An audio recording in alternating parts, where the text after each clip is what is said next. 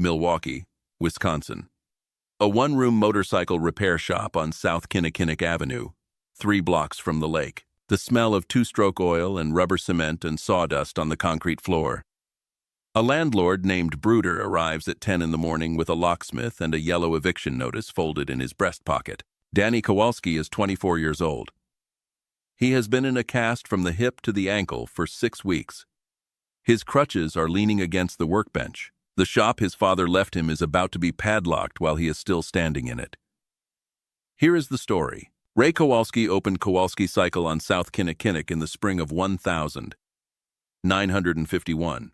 He came back from Korea with a Purple Heart, a compressed vertebra, and a gift for small engines that nobody had taught him and he could not explain. He had learned it in the motor pool at Camp Drake, pulling carburetors from Jeeps in the rain, and it had stayed with him the way some things stay. He leased the shop from a man named Bruder for $40 a month. He painted the sign himself. He stocked the shelves with parts from a surplus dealer in Racine. He opened on a Monday and had 3 bikes waiting by Wednesday.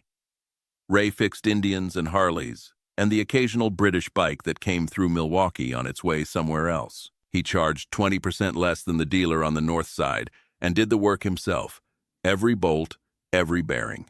He did not hire anyone. He did not take on debt. He kept his books in a green ledger on the shelf above the bench and balanced them every Friday evening with a cup of coffee and a cigarette. He sent his son Danny to South Division High School. He paid Bruder on the 1st of every month for 15 years without missing once. Ray Kowalski died of a second heart attack in January of 1965. He was 49 years old. Danny was 22. He had been working beside his father at the bench since he was 14. He knew the shop the way he knew his own hands. He took over the lease the week after the funeral. He kept the green ledger.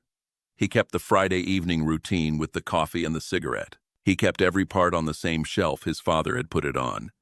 Then in June of 1966, a rider came in with a blown BSA head gasket. Danny was pulling the head when the torque wrench slipped on a stripped bolt, and the engine block came down across his left leg.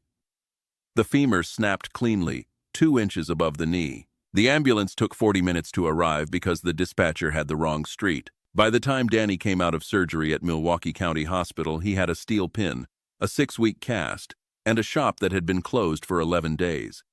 He could not work the bench on crutches. He could answer the phone. He could write up tickets and order parts. He hired a kid named Stosh from the neighborhood to handle the wrenches. 17 years old, willing but slow.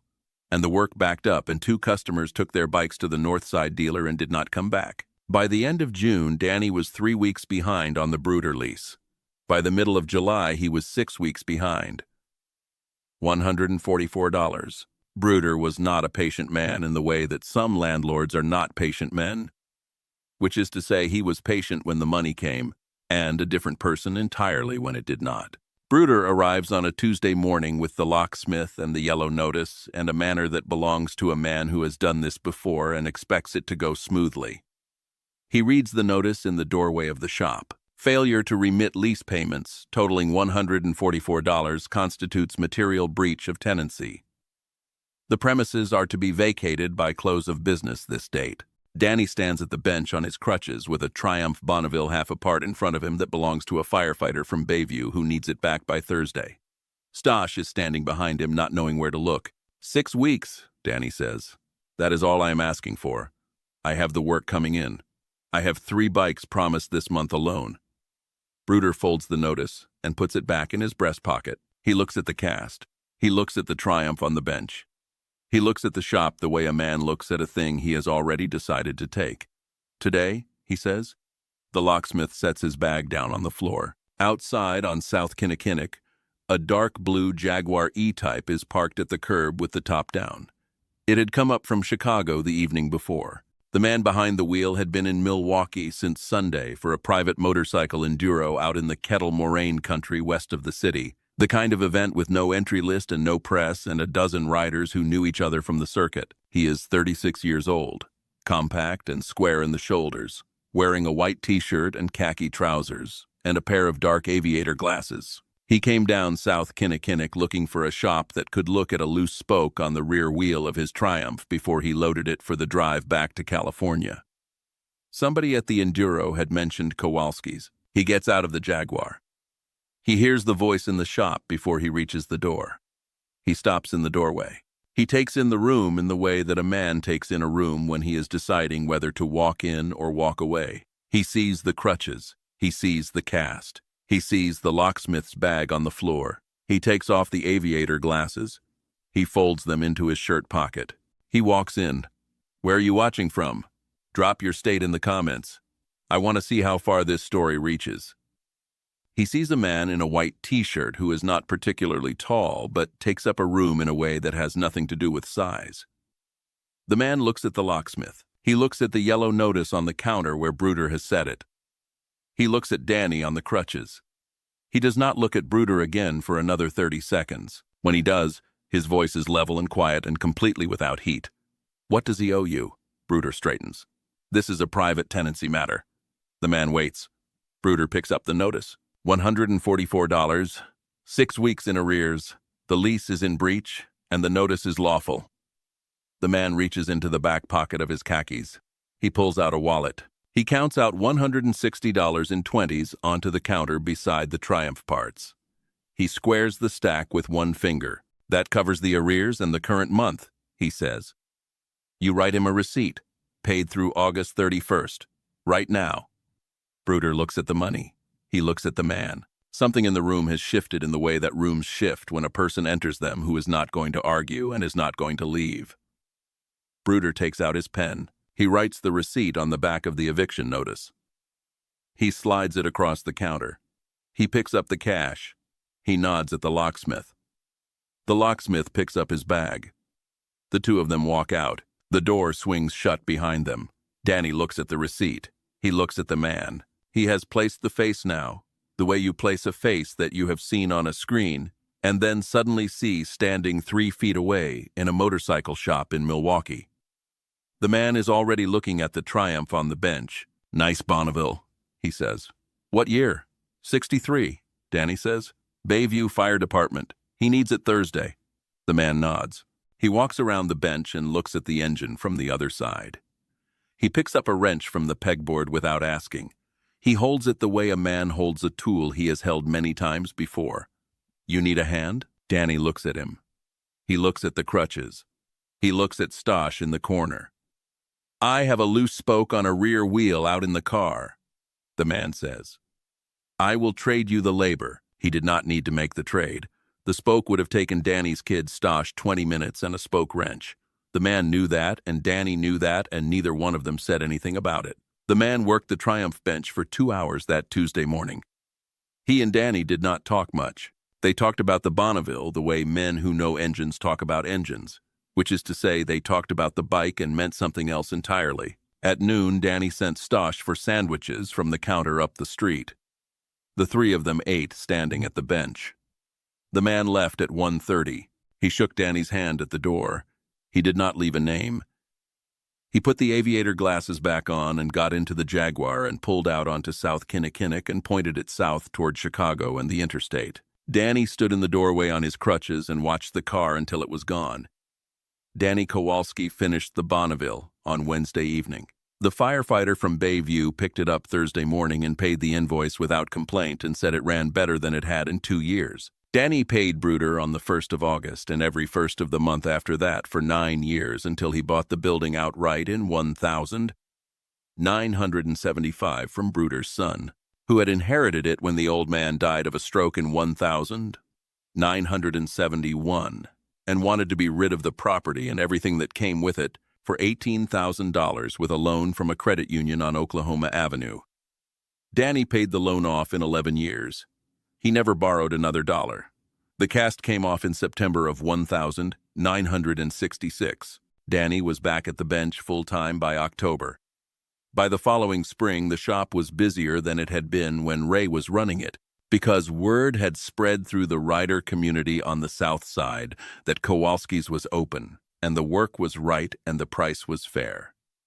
And in Milwaukee in 1967, those three things together were not easy to find. Danny fired Stosh that winter, not unkindly, and hired a man named Clarence, who had worked the Harley dealer on Capitol Drive for 6 years and knew the twin-cylinder motors the way Danny knew the British bikes. The two of them worked the bench together for 11 years. Danny ran Kowalski Cycle on South Kinnickinnic for 38 years. He taught his own son, Paul, the trade at the same bench where Ray had taught him, starting Paul on spoke truing at age 12 and moving him to engine work at 15, the same progression Ray had used. He kept the green ledger. He balanced it every Friday evening with coffee, without the cigarette, because his doctor had asked him to give that up in 1978. And he had. He never fell behind on the rent again. Not in the 9 remaining years of the Bruder lease, and not in the 30 years he owned the building after that. He did not speak often about the Tuesday in July of 1966. He mentioned it twice to his wife Carol in the first year of their marriage, in 1969, and once to his son Paul when Paul was old enough to understand what the shop meant, and that was all. He did not make it a story he told. It was not that kind of thing to him. It was the kind of thing a man carries quietly because the weight of it is not a burden but a reminder. And some reminders you do not put down. In the summer of 2001, Danny's son Paul, 30 years old and running the shop alongside his father, was cleaning out a storage cabinet in the back room and found a cardboard box with Danny's name written on it in Ray's handwriting. Inside the box were Ray's discharge papers from Fort Sheridan, his Purple Heart citation, and the green ledger from the shop's first year, 1951, the numbers in Ray's careful hand, $40 a month rent, 36 cents on a set of points, $4.80 on a gasket kit, and at the bottom of the box, loose, a folded piece of paper. It was the receipt Bruder had written on the back of the eviction notice. July 19, 1966. Lease arrears paid in full. Current through August 31, $160. Bruder's signature at the bottom. The ink pressed hard into the paper, the way it does when a man is writing fast and does not want to be where he is. Paul brought it out to the bench. Danny was working a vintage knucklehead belonging to a retired schoolteacher from Wauwatosa. Danny looked at the receipt for a long time without speaking.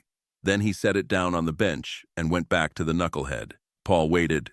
After a while, Danny said, "I kept it because your grandfather would have wanted to know somebody did that. He would have understood it better than I did."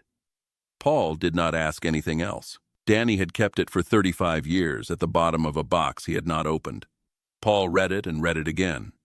He framed it that same week, a plain wooden frame from a hardware store on Howell Avenue. It hangs above the bench at Kowalski Cycle today, directly above the pegboard where the spoke wrenches hang in their outlines, behind a piece of glass that has not been cleaned since the day Paul put it up because nobody in the shop wants to touch it, and nobody ever will. Below the receipt, Paul wrote one line on a piece of white cardstock in his own hand and taped it to the inside of the frame.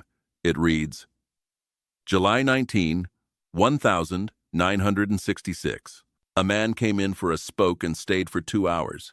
He paid what we owed and asked for nothing back. We never got his name. We never needed it. He was the king of cool. He never cared about the rules. But he always knew how to do the right thing. If this story reached you, do me a favor. Pass it on. Share it with a motor enthusiast in your life or a friend who never bows to the system. Hit that subscribe button if you haven't yet. There are more McQueen stories coming. And unfortunately, they don't make rebel souls like Steve McQueen anymore.